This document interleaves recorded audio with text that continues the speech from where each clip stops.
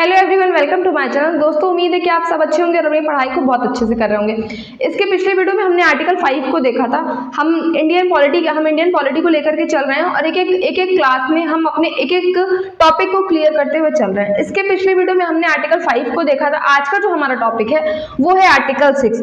आप सबको ये पता है कि भारतीय संविधान के भाग 2 में आर्टिकल 5 से लेकर 11 कवर होते हैं। इसके पहले हमने आर्टिकल 5 पढ़ लिया है। आज की वीडियो में हम आर्टिकल 6 पढ़ लेंगे तो हमारे 5 और 6 आर्टिकल कंप्लीट हो जाएंगे। उसके बाद कुछ बेसिक चीजें, जैसे कि नागरिकता जो है वो हमारे भारत की एकल नागरिकता जो है वो ब्रिटिश से ली गई है। ब्रिटिश में भी एकल नागरिकता का प्रावधान है और हमारे भारत में भी एकल नागरिकता का प्रावधान है।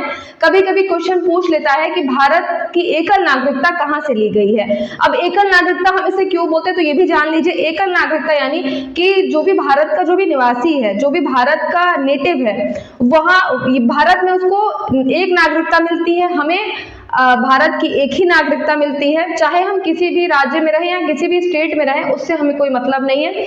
नागरिकता हमें एक ही मिलती है। तो ये जो प्रावधान है ये ब्रिटिश से लिया गया है। जैसा कि आप सब जानते हैं कि भारतीय संविधान में बहुत सारी चीजें जो है वो अदर देशों से ली गई हैं। तो ये कभी कभी क्वेश्चन में पूछ लेता है। चलिए आज का वीडियो स्टार्ट करते हैं, आज का टॉपिक स्टार्ट करते हैं। आर्टिकल 6 में सबसे पहले कहा गया है पाकिस्तान से भारत स्थानांतरित हुए लोगों के लिए, यानी कि अब नागरिकता जो है वो नागरिकता हम पढ़ ही इसलिए रहे हैं कि भारत का नागरिक कौन होगा। अब 1947 में जब हमारा जो भारत देश है जब वो विभाजित हो रहा था दो देशों में, पाकिस्तान और भारत में, तो उस समय पे नागरिकता के जो प्रावधान थे वो बना पाना थोड़ा मुश्किल हो रहा था। इसलिए पहला जो हमने आर्टिकल 5 पढ़ा था वो भारत के मूल निवासियों के लिए पढ़ा था, जिसमें से हमने शर्तों को भी पढ़ा था एक एक करके। अभी जो हमारा आर्टिकल 6 है वो पाकिस्तान से भारत स्थानांतरित हुए लोग यानी माइग्रेटेड, जो पाकिस्तान से जो भारत आए थे। अब देखिए, अब हम इसको डिटेल में पढ़ते हैं। यदि कोई व्यक्ति जो पाकिस्तान से भारत आया हो, कोई भी ऐसा व्यक्ति जो पाकिस्तान से भारत आया हो, या तो फिर उसके माता पिता या दादा दादी अविभाजित भारत में पैदा हुए हो, कोई भी ऐसा व्यक्ति जो पाकिस्तान से भारत आया हो, या तो उसके माता पिता या दादा या दादी कोई भी अविभाजित भारत में पैदा हुआ हो। अविभाजित भारत मतलब जब हमारे देश का बंटवारा नहीं हुआ था, यानी कि 1947 से पहले जो दादा या दादी, माता या पिता पैदा हुए हो हमारे अविभाजित भारत में और निम्न में से कोई शर्त पूरी करते हो तो उन्हें नागरिकता जो है वो उन्हें भारत का नागरिक कहा जाएगा।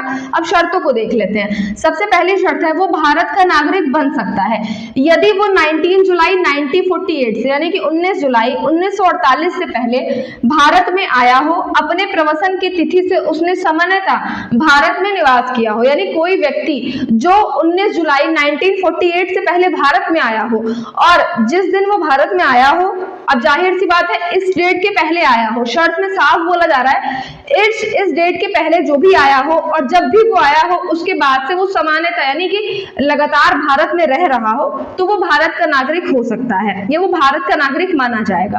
अब सबके दिमाग में ये चीजें आती है कि 1948 का डेट 19 जुलाई 1948 को क्यों रखा गया डेट। तो देखिए, ये एक परमिट एक्ट आया था उस टाइम पे, क्योंकि 1947 के बाद भारत जो है वो दो देशों में बंट गया था। इतनी ज्यादा पॉपुलेशन थी लोगों को, कुछ लोग भारत में थे, कुछ पाकिस्तान में थे, तो ये सबके लिए प्रावधान बनाए गए थे। अब जैसे कि कुछ लोग जो थे वो पाकिस्तान में पहले ही जा चुके थे या तो फिर विभाजन के समय वो चले गए और बाद में उनका मन था कि हम भारत के नागरिक बन जाएं। तो ये सारे जो प्रावधान है ये उन्हीं के लिए हैं। इसलिए 1948 में ही परमिट एक्ट आया था, इसलिए ये डेट दी गई है कि इससे पहले जो लोग आए हों। फिर इसके बाद के लिए भी हम दूसरे आर्टिकल में डिस्कस करेंगे।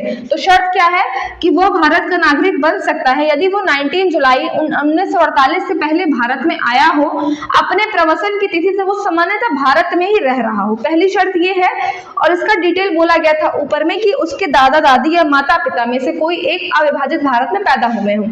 दूसरी शर्त की बात करें तो यदि उसने 19 जुलाई 1948 को या उसके बाद भारत में आया, अब देखिए या तो अब यहाँ फर्स्ट वाले शर्त में कंडीशन में बोला गया था कि इससे पहले आया हो, लेकिन अब ये वाली जो शर्त है सेकंड वाली जो है उन नागरिकों के लिए है जो बाद में आए हों, यानी कि जो 19 जुलाई 1948 के ही टाइम पे आए हों जब ये परमिट एक्ट बन रहा था, या उसके बाद आए हों तो प्रवासन किया हो, तो वो भारत के नागरिक के रूप में पंजीकृत हो सकते हैं, वो भी भारत के नागरिक बन जाएंगे, उनको भी भारत की नागरिकता सिटीजनशिप मिल जाएगी। लेकिन उनको 6 माह तक भारत में रहना निवास आवश्यक है, उन्हें भारत में रहना होगा, साथ ही साथ 6 महीने का उनको इंतजार करना होगा, वेट करना होगा, और उसके बाद वो भी पंजीकृत हो जाएंगे।